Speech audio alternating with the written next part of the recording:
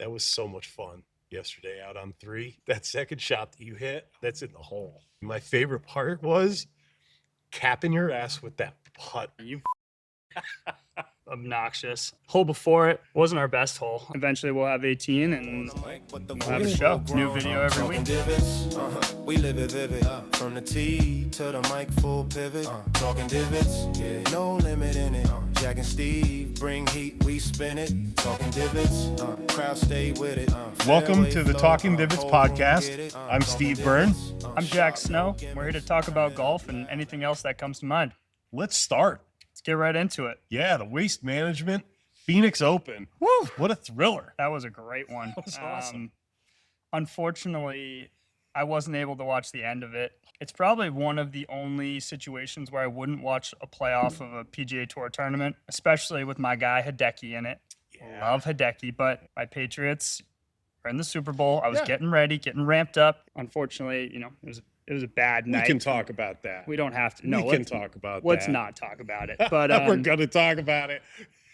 I missed the playoff. I heard there was a lot of shenanigans. Crazy. It was crazy, but it was crazy good. The 18th hole with Goddard, that fit that tournament. It was just such a perfect crescendo to that amazing day that he had. Dude shot 64 to come out of that pack. And then when he got into the picture in the last 7-8 holes, man, oh man, you could feel that guy charging. And he dropped that putt on 18. It was like, I don't want to play that dude. I saw that. That dude's got balls of steel. Yes. I mean, Yes. That's his second win this year already. He's trending in the right direction. And I love watching him swing because his stance is so open. He's aiming, on the next fairway. Yeah. But he just hits that nice little butter cut. Let's not call it a baby fade. That's a power fade. It's a power fade. That's almost a slice. But dude knows exactly where it's going. He jumps. He's like JT. Justin Thomas will get airborne as he's hitting the ball. Goddard does it too. Yeah. And it's just, when he opens up, man, he is all the way live and he holds nothing back. Not the most classic golf swing in the world, and he'd be the first to admit that, and he'd be the first to own it. I think he loves what he looks like on tape. He's just one of those. I bet you that dude is great at 5 other sports. It wouldn't surprise me if he was weirdly good at water polo or something. He's just not a physical specimen, right? Kind of an everyday guy. But the hand-eye coordination on that dude is next level. I'd love to give a shout out to my guy Hideki. Love him, love his golf swing, love the way he plays. He was leading for most of the tournament, and I thought he had it in the bag when I turned it off in the 15th hole or stopped watching. But I bet he'll get in the winner's circle again this year. And, another player to note from Sunday was your pick, Scotty Scheffler. Yeah, he put on a charge. He really did. I said at the beginning of the day, this dude's got to shoot 63. He shot 64. So, am I clairvoyant? I don't know, Jack. I might have to get checked out. I might have to go to some mutant technology center somewhere and find out if I'm, that good. But no, I thought Scotty played really strong golf. He's going to probably look back at the 18th hole, middle of the fairway, perfect drive, longest drive of the day, I think, on 18. He had 86 yards to that frontish pin. He hit a shot like that, a 15 handicap would have hit. He just, I don't know. It was very unscotty, but, he played a great tournament. He almost didn't make the cut. And he comes out on the weekend, and I think he went 66, 64. Dude's a baller. He made a real charge, and his scorecard was impressive. I saw him, I think he was through 13 or 14, and it was all birdies and pars. There were no blemishes on the scorecard. He knew what he had to do to have a chance to win. And he did it, and just came up short there on 18. But hey, still an awesome tournament for him. It was a great tournament. There's not many tournaments where he gets to play from behind, and he got that chance. And I mean, if it wasn't for Goddard and if it wasn't for Matsuyama being steady Eddie all day long, he would have hoisted that trophy again. So I think Scotty's going to look back at that week with a lot of positives.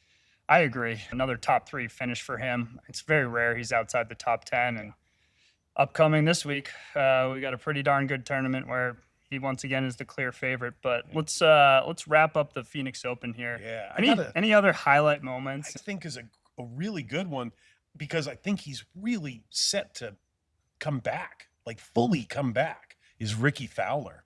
Ricky Fowler looked great all week. He might have made 5 bogeys all week. I don't have that stat in front of me, and I don't care to because Ricky just played great. He loves that crowd. They love him back. He finished tied for 18th. So that's another top 20. He's trending in totally the right direction. Look for Ricky Fowler to have one of these seasons where you're like, oh my God, this guy is all the way back. He's right back to being a top 10 player in the world. Wouldn't surprise me. He's been trending the last few years. I mean, he had that little downswing in 2021, 22-ish. Yeah. He got that, Yeah. what do they call it? The Trail Hawk or the new Odyssey putter. One of my buddies has it, and I always would just go caw whenever he's putt with it. But I mean, the way he was rolling the rock with that thing, and he started making more cuts. He started coming in top 25s. I can see that too. It'd be great to have Ricky back. And it was interesting. A few years ago, I really analyzed his swing because he went through a swing change, and he had a very shallow, flat swing Yes. that I had kind of, and I was struggling with it. But he just was so much more athletic and better than I am. And I was like, okay, what did he do to make that swing change and get a lot steeper? And I've kind of implemented some of that in my game. So thank you, Ricky. Thank you, Ricky. And I hope you have a great rest of your year. And, I hate to look at this as like a comeback trail for Ricky. I think his comeback trail culminated in Detroit. I think it was a couple of years back when he won the 3M Open. Is that the one that's in Detroit? Rocket Classic. Rocket Rocket Mortgage Rocket, Classic. Yeah. When he won that tournament, that was phenomenal. Like the golf world was so happy, and he was so cool and humble about it because that's who Ricky is. That was great. But I think he is a guy to watch this year. Is he going to win a major? I don't know, but I think he's going to win this year. I really do. The last thing that I want to mention, which I thought was really cool because these guys are unafraid, the Højgaard twins. We had Nikolai on the first page of the leaderboard and playing in the last group all day long. He made one bad shot, and that was his tee shot on number 2 on Sunday. Triple bogeyed that. He goes birdie, birdie, birdie on the next 3 holes to get right back. He hit that one bad shot. He lost that tournament by 2 shots. Yeah. He doesn't make that bad tee shot on 2. Who knows? Who knows? But his brother was right there as well. Yeah. Rasmus had a great tournament, tied for 24th. These guys are nasty. And they're young, and Yeah. they've competed in the Ryder Cup, and they've, handed it to America. My one moment that I'd like to recognize from this tournament too is last week we discussed Joel Damon taking his shirt off on 16, and that was a great moment in 2022. This past week on Thursday, he chipped in for birdie and then walked off the green in a Seattle Seahawks helmet. And Steve actually texted me right when that happened. He said that has to hurt, and I go, he's from Washington. It makes sense. But it did hurt, and I think he cast some bad juju towards my Patriots for the Super Bowl. I don't know so much if Damon had anything to do with you guys getting beat by a kicker. I'm not superstitious or anything. We'll have to write to Joel and find out. Like, does he perform Santeria or something? Has he got something going on in his backyard where he's like cutting the heads off of chickens and making sure the Patriots don't beat his Seahawks? Hey, if my Bears were in it and I had to do something outlandish like voodoo to get them to win, I'm doing that voodoo, baby. I was just about to say, are you familiar with voodoo? I would become very familiar if it would help the Bears win. Yeah. For sure. Just watch Anchorman 1 and 2, and Yeah. I think the second one primarily. Hey, but you can good learn reference, man. a little bit Good about voodoo. reference. I will say this one last thing about the Højgaard twins. I'm scared for America in the Ryder Cup to face those guys as a team. You imagine staring down the barrel of the Højgaard twins on the last day of the Ryder Cup? You would have to put shades of Tiger past and shades of Scotty present up against those guys because they have the will to destroy people. It's going to be a tough team. There's tough probably some twin telepathy going on. We're talking about voodoo, but I do not want to face them moving forward. I think they're strong, young, and only going to get better. Yeah. All right, Steve, let's set the board for the AT&T Pebble Beach Yeah. Pro-Am. Great tournament every year. I lived in Northern California for 21 years. One of my territories when I became a salesperson was the Monterey Peninsula, one of the most beautiful areas of this country. Just absolutely gorgeous. It can be February and 80 degrees, and it can be August and 50 degrees. It can be raining on one side of Pebble Beach and bright and sunny on Spyglass, which is like 4 miles away. It's such a crazy event, and the weather always plays a role. For a spectator, unbelievable. Absolutely one of the most amazing tournaments all year long. If you can stay somewhere in Monterey, great. If you're coming in from out of it, it's a zoo. One way in, one way out, and it's brutal. Yeah, I actually have some friends in Carmel, and they've asked me for the last few years to come visit, and this would be a great excuse to come out to go watch this tournament, be on the grounds of Pebble Beach. I've never been. That's been a bucket list trip of mine, whether to play or just spectate. I'd love to get out there and, being on the cliffs. You can't really beat that in golf. It's amazing. It's absolutely amazing. The property at Pebble it's second to none. There's a little golf course right down the road named Cypress Point, and that's pretty spectacular. It's not too bad. But Pebble has got the best property on the Monterey Peninsula. Yeah. It's really amazing. It's way overpriced. It's way overpriced. I mean, no bones about it. It's too expensive, but it is an experience. So if you got $500 burning a hole in your pocket, go for it. But there's 3 other public golf courses in that area that I'd rather play. And they're all within 3 miles of each other. So I'd rather go do those. I'd rather play Spyglass. I'd rather play Poppy Hills, and I'd rather play Del Monte.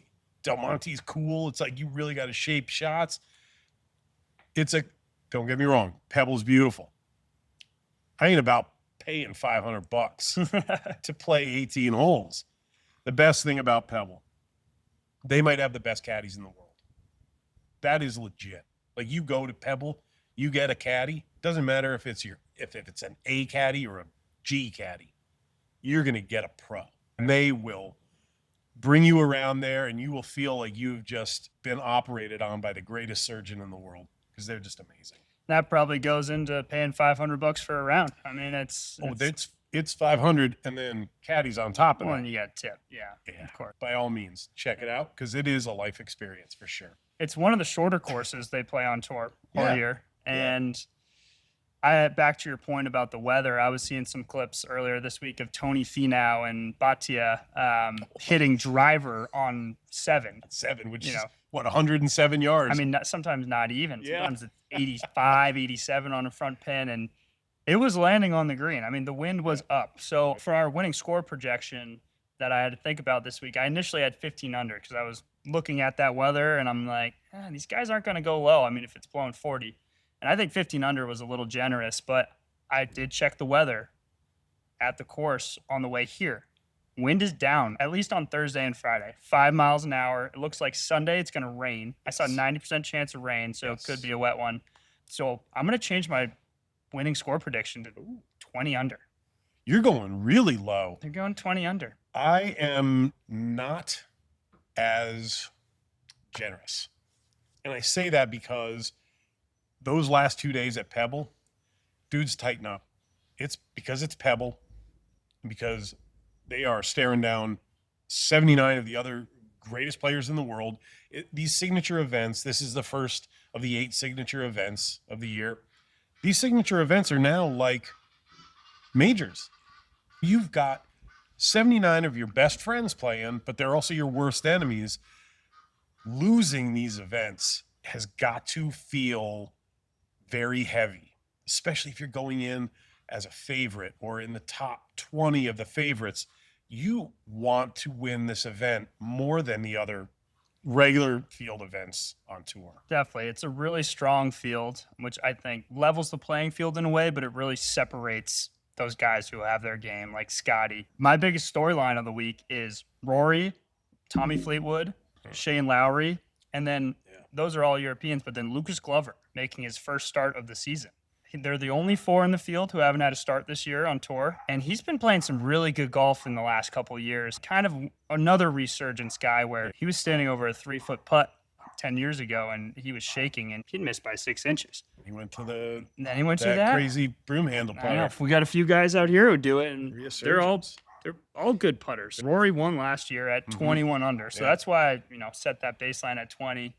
Guy with a lot of confidence, number 2 player in the world, looking to take down Scotty. I think that That's exciting. that would be a great Sunday final group pairing. I'm not going as generous with your 20. Is that what you said? 20 under? I'm going to say 16. I would err on the side of the lower than that score. I would say 15. If somebody comes down 18 on Sunday and they're at 15, alone in first place, you're going to see a 3-wood out to the right, a 5-iron up, a wedge, and you're going to see somebody walk off with a very happy par. If the weather plays a role, which I think it's going to on Sunday, those guys are in trouble at Pebble. Like you had mentioned earlier, 7,000 yards. Short, very short by today's standards. And Spyglass Hill, only 7,100 yards. Both par 72.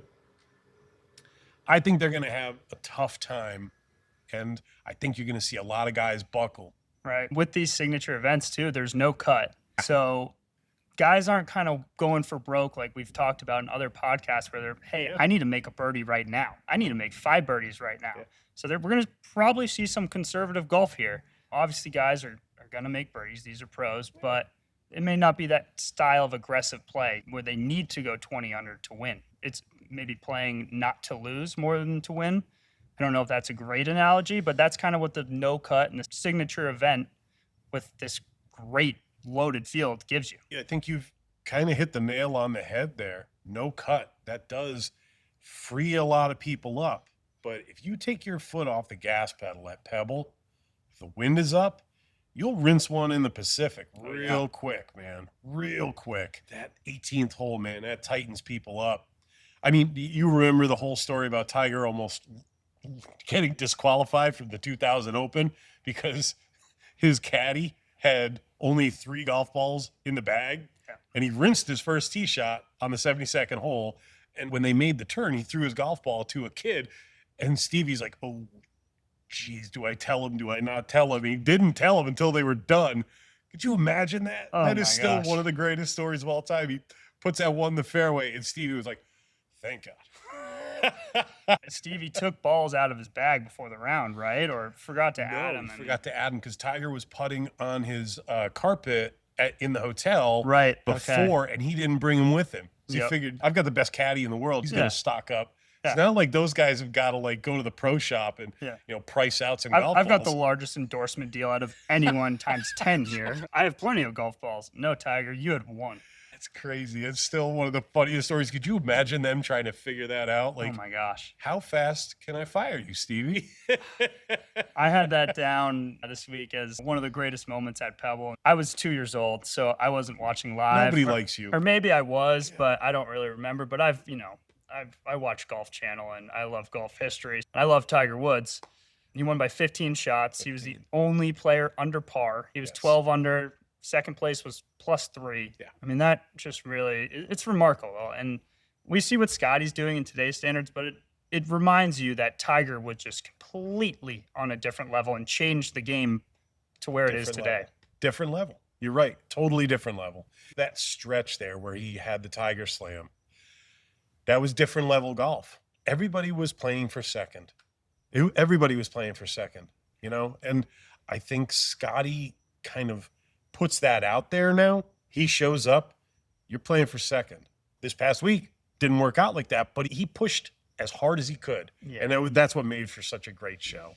Scotty's close, but like we mentioned before, Tiger did it for 10 years. So, hey, He had a long ways to go. Scotty could do it for 10 years, but I want to mention every show we have how many times Tiger has won there.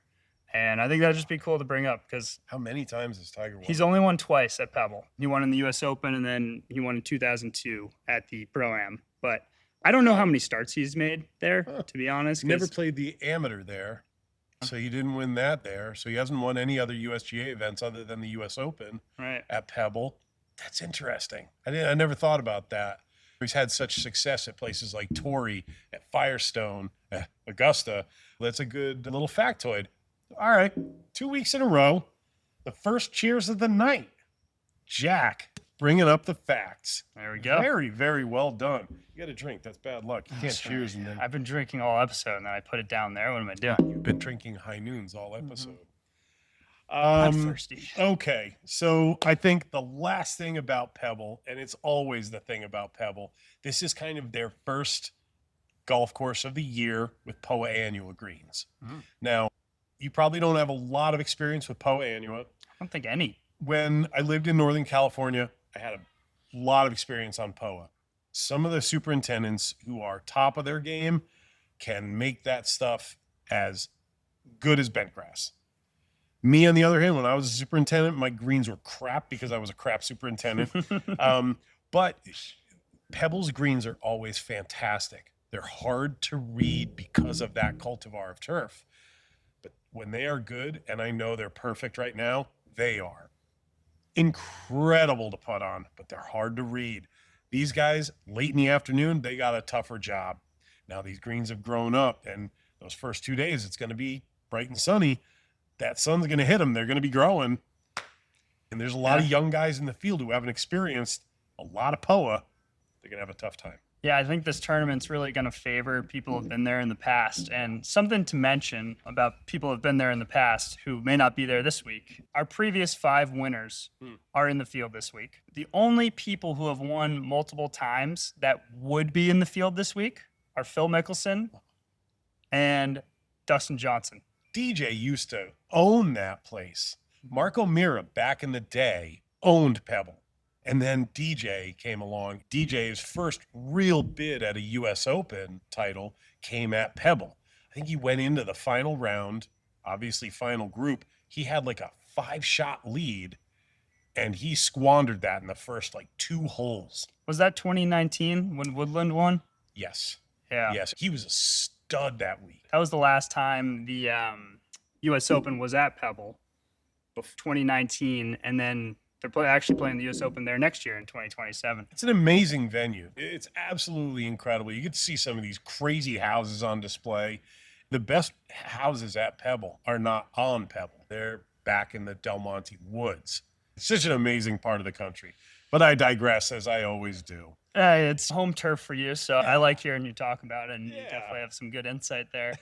Before we get into our favorites and our picks of the week, let's go over last week. So I picked Sahith Theegala to win. He didn't. Top 20 finish for him. Good result. He plays well there. It was his coming out scene in 2022. I did, however, pick Hideki to make a top 20 finish. And he did. That cashed at plus 130. So, our units that they are not actual what we're betting, but $100 for each bet. I'm at $230 for the year, up $30. However, Steve is 1-1 as well. His winner did not hit Scotty Scheffler, which was a surprise. Super close. As close as close could get. As close as can get. But Pearson Coody for a top 20 finish. That cashed at plus 180. So Steve's at $280 for the year. Had to go, P.I. Cootie. Way to go, baby. Up $80, and we'll keep this total going throughout the season. We'll see how we do. That was a good one. That was a good pick. Hopefully our viewers follow along for some picks. We are not professionals by any means. Do not listen to us. If we have a good year, you may want to start listening to us.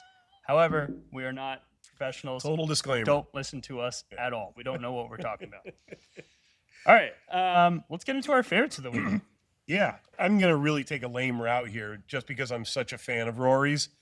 I'm going Rory. Wow. Yeah, I'm going back-to-back Rory. It's a spot that is suited to a shot maker, and Rory doesn't get enough credit for being a shot maker. Now, he could take driver out of his bag anywhere around this 2 golf course stretch. He doesn't need it, but he's gonna hit driver on several holes because he's aggressive, and that leaves him with little wedges. Now, 3 years ago, I would say Rory's not good at those little wedges. He has improved so much with these little feel shots, these little open-bladed wedges, and getting them tight, and he putts those greens so well. I'm going Rory. I love it. Defending champion. So, yeah, back-to-back Rory. And to your point, too, these Europeans, with the weather that we discussed, those knockdown shots keep him flighted balls low, similar to being out in Ireland or Yeah. Scotland. I think that could benefit him, especially if the weather picks up. I went the boring route as well, but I picked Scotty. Okay. He is my favorite. This is an interesting category for us with Scotty Scheffler in the field for a tournament because he's typically the clear-cut favorite. So I like that you picked Rory this week, and we can move on. Dark horse of the week. Dark horse of the week for me is a guy who knows that golf course very well from his time at Stanford. He had a great week last week, was right at the top of the leaderboard. Michael Thorbjornsen. Woo! Yeah, Massachusetts Stanford guy. kid. Yes, he is a Massachusetts kid. I like this kid's game. I'm excited about his future. I think he is going to make such a splash. I think he's got majors in his future. I really do. He's composed, got all the shots. It's a very good putter. And he knows these greens so well from his time at Stanford. Now, does he know this golf course as well as Maverick McNeely, his Stanford teammate? No. But I think Thorbjornsen is trending in a way where I don't think I will be able to not watch him this week. I love that pick. He's a mass amateur champion. I could never qualify for that after 3 years, so obviously he's really good. So I think that's a great pick there. I kind of went with a dark horse due to his level of play in the last few years. It's a dark horse, Tom Hoagie. He won here in 2022 at Pebble. He's made 12 starts. He's made 9 cuts, 75% to make the cut. I think, like you said, this course favors ball strikers. He's a darn good ball striker. Very good pick there, Jack. I like Tom Hoagie. He's like one of those everyday guys. I think he's got a construction job on the side. He probably smokes a pack a day. I mean, maybe not. I don't know. I doubt Tom Hoagie's doing that. It's John Daly. And I like him, as a previous winner, just being there, doing it before, being in that Pro-Am format, that's a little different. You're playing with celebrities, some of these guys, for the first couple of days. Look out for Tom Hoagie. I like that. Good value this week. I like that. I want to know who your winner is. I want you to go first because I went first last week. Okay. So let me make sure all my things don't blow over Yeah. here. So my winner, I got some stats for you. Oh, here. God, don't weigh me down with your brains. I'm going to give you some stats here. So my winner is Jason Day. Okay. Yeah. Former #1 player in the world, had some back issues, just injuries, and it slowed him down. And he was on a dominant tear. Not Scotty-like, but he was winning a lot. Yeah. Clear-cut #1 in the world. And I love his new approach to golf. He's got a YouTube golf channel. Yeah. He has some great one-on-one matches. I saw one with Minwoo Lee this week before the Phoenix Open. He's not much of a grinder as he used to be. I heard him in an interview saying he used to spend 9 hours a day out on the course. 3 hours putting, 3 hours chipping, 3 hours hitting balls. And it's Wouldn't just, want to do anything that felt good for 9 hours. right? I mean, and I don't think he's taken the foot off the pedal, but he might have a new outlook on golf where he knows how to putt the ball, right? I mean, he can make a putt from anywhere, and when his swing is good. All right, folks, as you see, I have my glasses off now. It is nighttime. Our video got cut off about 30 minutes short. We had a great conversation outside the ropes. I think we got cut off on our picks, so we'll give them to you quickly now. Yes. My winner of the week is Jason Day, plus 5,000. My top 20 pick is Keith Mitchell at plus 300. I think he's a great pick this week. How about you, Steve? My winner is Justin Rose. Has won here in the past. I think he is positioning himself to win again. And my top 20 pick is Ricky Fowler, who I think could also win this tournament. So here we go. Love it. I'll make a graphic, put it on our socials. We also had a great outside the ropes conversation, like I previously said. We will have that next time on our next episode. Yes, we will. We also mentioned a new series that we're doing here at Plantation Preserve, where Steve and I are going to go out and play random golf holes, not in order. We're going to keep track of stroke play throughout the next 2 months, probably right around Masters time. We'll finish up, you'd say. We'll play 2 to 3 holes a week, once a week, and we'll post them for you. And hope you guys follow along. Hopefully I win. Obviously Steve hopes he wins. I hope you enjoy it. It's going to be a lot of fun for us. It's going to be random holes at random times. We're not going to play them at all in sequence. It's just wherever we can steal 2 or 3 holes out here. It's going to be a lot of fun. Let's hope we go low. All right, that wraps up episode 3 of the Talking Divots podcast. Please make sure to check us out on all our socials, YouTube, Instagram, Spotify. I'm Steve Byrne. This has been the Talking Divots podcast. I'm Jack Snow, and we'll see you next week.